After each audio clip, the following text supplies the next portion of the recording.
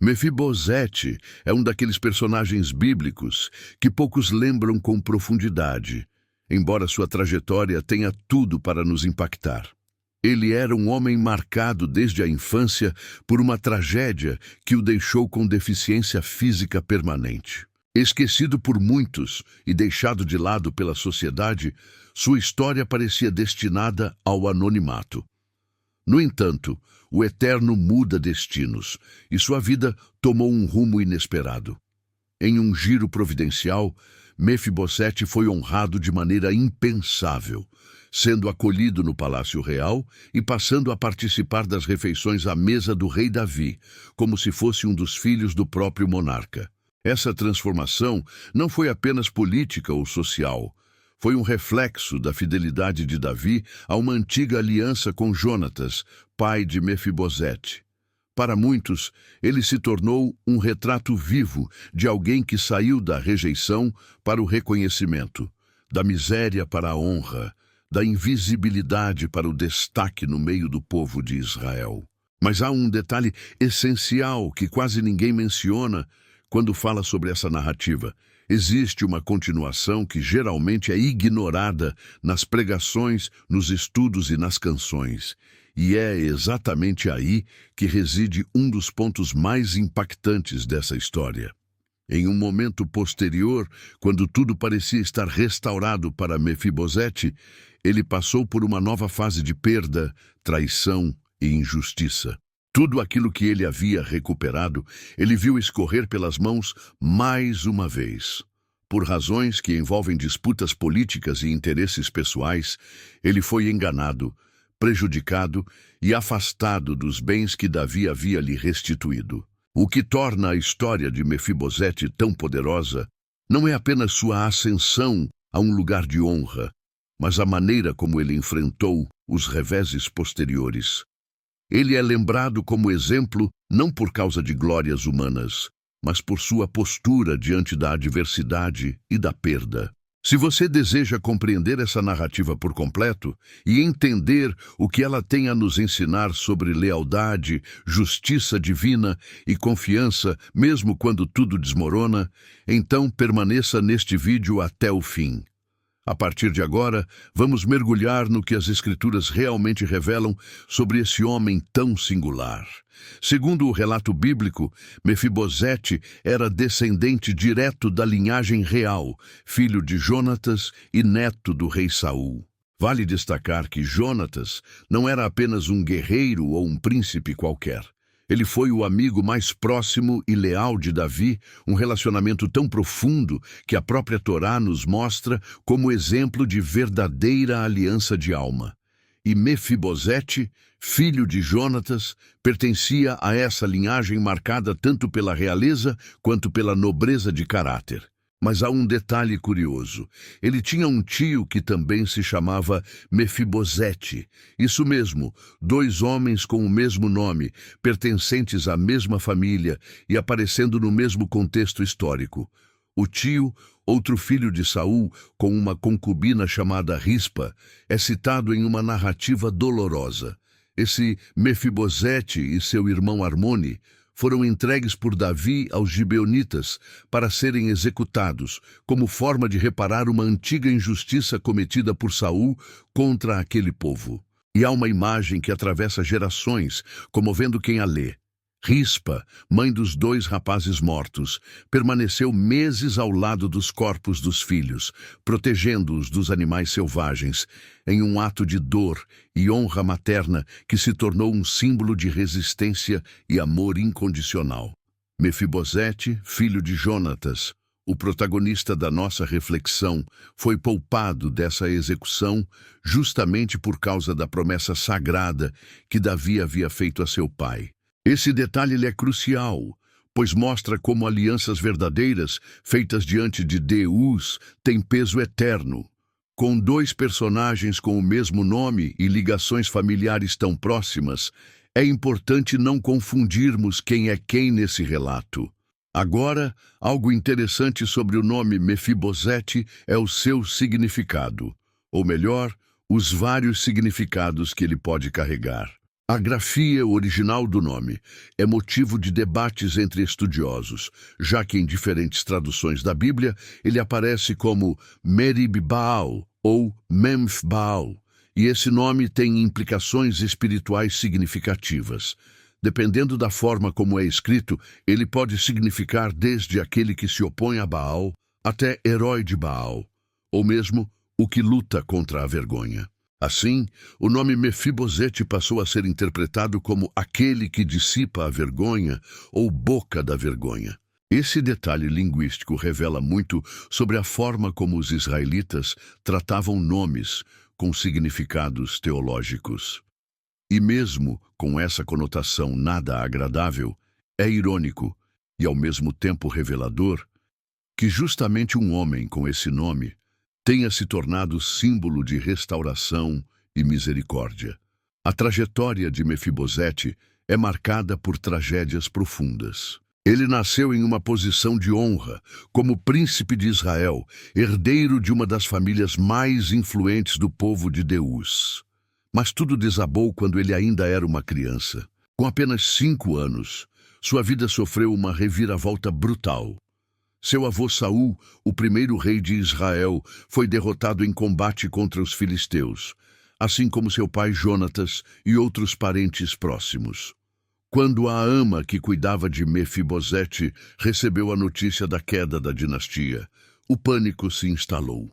Em meio ao caos, ela tentou fugir às pressas com o menino, temendo que ele fosse eliminado pelos inimigos da nova dinastia, conforme era comum naquele período histórico. Afinal, em muitas culturas da antiguidade, quando um novo rei assumia o trono, todos os possíveis herdeiros da dinastia anterior eram mortos para evitar qualquer disputa futura pelo poder. Em tempos antigos, era comum que, ao assumir o trono, um novo rei eliminasse todos os descendentes da família anterior, como forma de garantir estabilidade ao novo governo e evitar revoltas futuras. Esse costume impiedoso buscava apagar qualquer possibilidade de disputa sucessória. Foi exatamente nesse cenário que a tragédia atingiu Mefibosete. Quando sua ama fugia apressadamente com ele, tentando protegê-lo do caos que se instalava após a morte de Saul e Jonatas, o menino caiu de seus braços durante a fuga. A queda causou uma lesão grave e permanente em seus pés, tornando-o deficiente físico por toda a vida. Um acidente, fruto do desespero, que marcou sua existência para sempre. Com a monarquia em colapso e a antiga linhagem sendo caçada, Mefibosete foi levado às pressas para um local distante e isolado, Lo-debar. Esse lugar ficava nos arredores de Gileade, ao leste do rio Jordão. Alguns estudiosos associam Lo-debar à antiga cidade de Debir, embora haja debate sobre a exatidão dessa identificação. De todo modo, Lo-debar tornou-se um símbolo de refúgio forçado, um esconderijo longe do centro político e espiritual de Israel. O nome Lo-debar tem um significado intrigante. Em hebraico, Lo significa não, e debar pode ser traduzido como palavra, pasto ou coisa. Assim, Lo-debar pode ser interpretado como sem pastagem, sem palavra ou até mesmo sem valor. Essa ambiguidade contribuiu para que muitos enxergassem o lugar como um espaço de esquecimento, um recanto sem propósito ou futuro. No entanto, essa visão pode ser um tanto superficial. Historicamente, Lo-debar esteve envolvido em conflitos estratégicos entre israelitas, arameus, sírios e até os assírios. Isso sugere que, apesar de ser tratado como insignificante por alguns, o local tinha, sim, certo valor político e territorial. Essa ideia de que Lo-debar representava o nada foi reforçada por uma passagem do profeta Amós. Em sua profecia, registrada no capítulo 6, ele faz um jogo de palavras ao criticar Israel, dizendo que o povo se vangloriava de ter conquistado nada. Na verdade, o profeta utilizou um trocadilho semita com o nome da cidade para condenar a arrogância de Israel, que se orgulhava de vitórias vazias, conquistas que não trariam frutos duradouros, pois seriam rapidamente ofuscadas por juízos divinos vindos por meio de nações invasoras. E, de fato, Lodebar acabou sendo ocupada pela Síria algum tempo depois. Foi nesse cenário, longe dos holofotes, que Mefibosete foi acolhido por um homem chamado Maquir, filho de Amiel. Maquir demonstrou compaixão ao cuidar do jovem descendente da realeza, garantindo-lhe abrigo e dignidade. Ali, em meio ao isolamento, Mefibosete constituiu sua família e teve um filho chamado Mica, um sinal de continuidade mesmo em tempos difíceis. O nome Mica, que significa quem é como o Eterno, reflete esperança e fé no Deus de Israel, mesmo em meio à dor e à perda. Décadas depois, já estabelecido como rei sobre todo Israel, Davi teve um momento de introspecção e se lembrou da aliança feita com Jonatas, um pacto de fidelidade selado entre amigos que se amavam com sinceridade e temor ao Eterno. Movido por esse compromisso, Davi fez uma pergunta que mudaria o destino de Mefibosete. Há ainda alguém da casa de Saul a quem eu possa demonstrar bondade por amor a Jonatas? Esse gesto foi completamente fora do comum. Em vez de eliminar os remanescentes da antiga linhagem real, como faziam outros reis da época, Davi decidiu honrá-los. Sua atitude refletia a misericórdia divina e um senso profundo de justiça. Foi então que Ziba, um antigo servo da casa de Saul, entrou em cena. Ele informou ao rei sobre a existência de Mefibosete, revelando que ele vivia escondido há muitos anos em Lodebar, longe dos olhos da sociedade. No modo como Ziba descreveu Mefibosete, é possível perceber um certo tom depreciativo. Ele destacou não apenas o local onde Mefibosete vivia, mas também sua condição física, como quem quisesse sugerir que aquele homem não tinha mais valor. Segundo muitos estudiosos, Ziba pode ter utilizado a deficiência de Mefibosete para minimizar sua importância, talvez com a intenção de se beneficiar da situação. No entanto, Davi ignorou totalmente qualquer tentativa de desqualificação. Em vez de rejeitá-lo, o rei imediatamente ordenou que trouxessem Mefibosete à sua presença. Essa atitude representa, de forma poderosa, o amor leal de Davi e nos remete à forma como o Eterno lida com os desprezados deste mundo. Assim como Davi buscou o filho de Jonatas para restaurá-lo, o próprio Deus busca o ser humano caído para oferecer redenção. Essa é uma imagem viva da misericórdia divina, não baseada no mérito, mas no pacto, na fidelidade e no amor imerecido. Mefibosete, mesmo carregando as marcas de sua tragédia, foi honrado e restaurado. Davi não apenas acolheu Mefibosete como convidado em seu palácio, ele foi além, devolveu-lhe todas as terras que haviam pertencido a Saul, seu avô, e determinou que Ziba e seus filhos passassem a trabalhar como servos a seu favor, cuidando das propriedades restauradas. Mais do que isso, Mefibosete passou a ter um lugar fixo à mesa do rei, participando das refeições como se fosse parte da família real. Esse gesto era altamente simbólico. Sentar-se à mesa do rei representava comunhão, dignidade e aceitação plena. Mas a história tomou outro rumo durante os eventos turbulentos da rebelião de Absalão, filho de Davi. Quando Absalão usurpou o trono e forçou seu pai a fugir de Jerusalém, Ziba voltou a aparecer. Ele foi ao encontro de Davi com suprimentos e provisões, fingindo lealdade. No entanto, o verdadeiro objetivo de Ziba era se aproveitar da situação.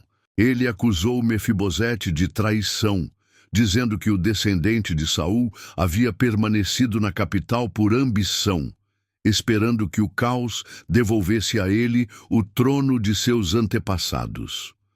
Essa acusação, porém, era falsa. E é aqui que a lealdade de Mefibosete será posta à prova. Davi, ao ouvir as palavras de Ziba durante sua fuga de Jerusalém, parece ter acreditado em sua versão dos fatos. Movido talvez pela dor da traição de Absalão e pela pressão do momento, o rei cometeu um erro grave. Entregou a Ziba todas as terras e bens que originalmente haviam sido restaurados a Mefibosete. Foi uma decisão rápida, baseada em uma acusação não investigada e que poderia ter custado a vida de um homem inocente. Naquele tempo, ser acusado de traição era praticamente uma sentença de morte. E no caso de Mefibosete, isso se tornou ainda mais cruel, já que a acusação veio justamente de alguém que havia se beneficiado da sua confiança, seu próprio servo. Com o passar do tempo e após a derrota e morte de Absalão, Davi finalmente retornou à capital. Nesse reencontro com a normalidade, Mefibosete buscou ansiosamente uma oportunidade para se justificar diante do rei. Quando chegou à presença de Davi, ele estava visivelmente abatido. O rei então perguntou por que ele não havia ido ao seu encontro quando foi forçado a fugir. Era o momento da verdade. E Mefibosete falou. Com sinceridade, ele contou que havia preparado seu jumento para seguir com Davi, mas, devido à sua limitação física, dependia de Ziba para ajudá-lo. Foi nesse momento que Ziba o abandonou, deixando-o para trás e, pior, aproveitou-se da situação para levantar uma calúnia contra ele. Mefibosete não havia conspirado, muito menos cobiçado o trono. Na verdade, enquanto Davi vagava pelo deserto, ele demonstrava luto profundo. Não lavava os pés, não trocava de roupas, não aparava a barba. Esses eram sinais claros de tristeza e fidelidade no contexto cultural da época. Sua aparência denunciava seu coração. Ele sofria pelo rei. Ao ouvir tudo isso, Davi pareceu acreditar na palavra de Mefibosete. No entanto, não reverteu completamente sua decisão anterior. Em vez de restaurar tudo o que havia sido injustamente tirado, o rei decidiu que os bens seriam divididos entre Mefibosete e Ziba. A Bíblia não nos oferece muitos detalhes sobre os motivos exatos de Davi para tomar essa decisão. Alguns estudiosos sugerem que ele não queria se envolver em um novo conflito logo após ter passado por uma rebelião familiar tão traumática. Outros acreditam que o rei ainda tinha dúvidas quanto à veracidade das versões apresentadas por ambos os homens. Mesmo assim, a atitude de Mefibosete foi absolutamente surpreendente. Ele respondeu com humildade e altruísmo, dizendo algo que revela seu coração por completo. Deixe que ele fique com tudo, já que o meu senhor, o rei, voltou em paz para sua casa. Essa declaração não apenas encerra o conflito, como também exalta o caráter de Mefibosete. Ele não estava preocupado com propriedades, status ou riqueza. O que realmente importava para ele era ver o rei, o ungido do Eterno, de volta ao seu trono. E é justamente aqui que a história de Mefibosete ganha uma profundidade que vai muito além dos relatos comuns. Infelizmente, em muitos sermões modernos, esse relato é reduzido a uma mensagem sobre prosperidade.